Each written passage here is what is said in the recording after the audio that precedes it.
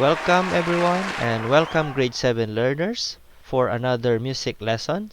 Congratulations for accomplishing module 3. And this time, let's move on with module 4. It's all about the ways of producing sounds on a variety of sources from the lowlands of Luzon. Before we proceed with our discussion, I would like you to name at least 5 instruments found in this picture. I will be giving you 20 seconds.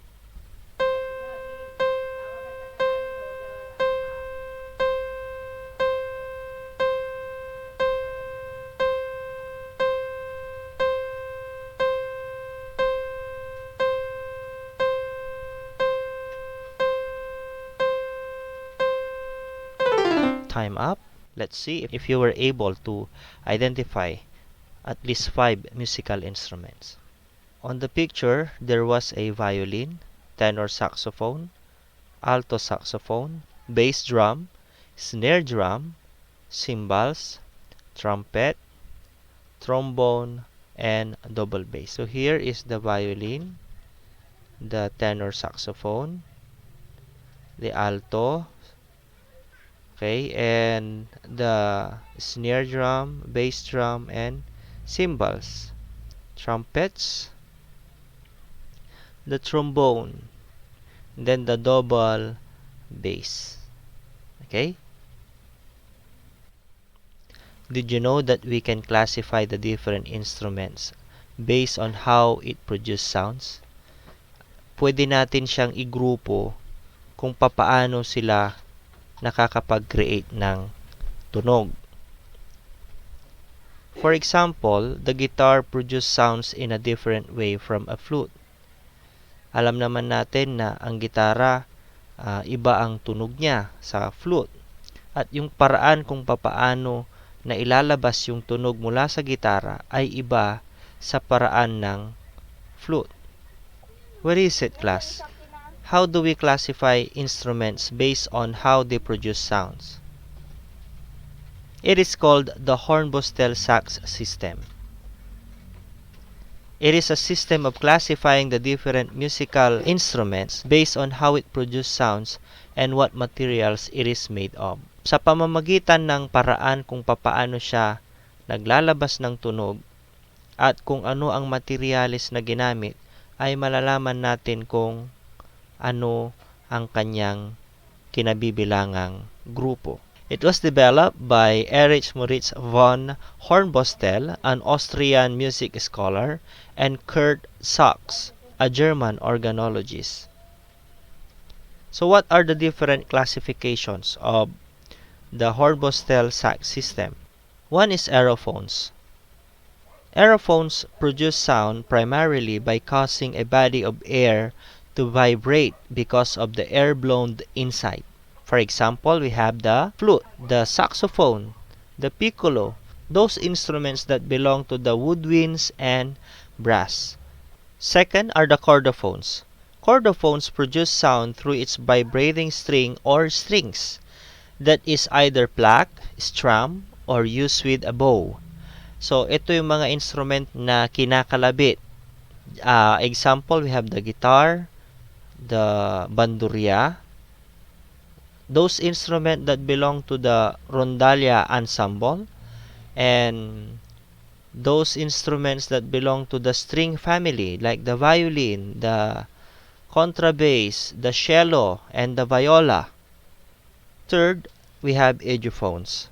Idiophones produce sound by the vibration of its body caused by the way they are played, such as being struck, scraped, rubbed, and shaken. Ito yung mga instrumento na pinapalo. And idiophones could be made of metals or wood, kagaya halimbawa ng lyres, ng gongs, marimba. So those are examples of idiophones. Fourth, we have membranophones. Membranophones produce sound primarily by a way of vibrating stretched membrane tapped by hands or sticks.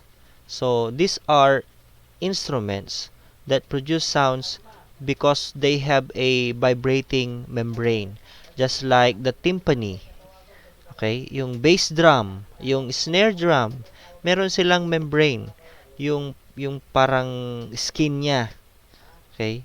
Na pinapalo ng stick or ng kamay, yun ang naglalabas ng tunog. And they are called membranophones. Okay? So I hope natutunan nyo na kung papaano mag-classify ng mga instruments. So let us have a short exercise, okay?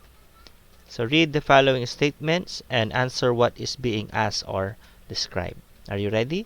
Which of the following hornbostel sax classification played such as being struck, scraped, rubbed, and shaken? A. Aerophones, B. Chordophones, C. Idiophones, D. Membranophones.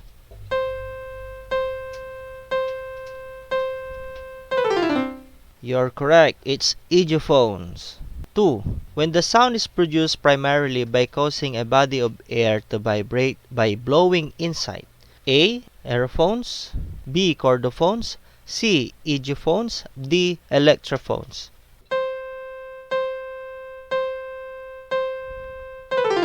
The correct answer is aerophones. Which of the following instruments is not an aerophone? A. Piccolo, B. Clarinet, C. Snare, D. Trombone.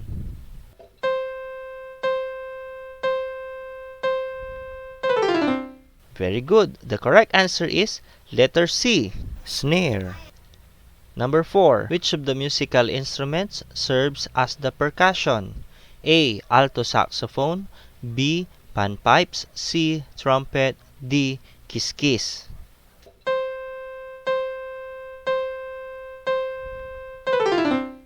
The correct answer is letter D. Kiskis. Number 5. Which of the following is not classified as chordophone instrument? A. Octavina, B. Bandurria, C. Guitar, D. Trumpet.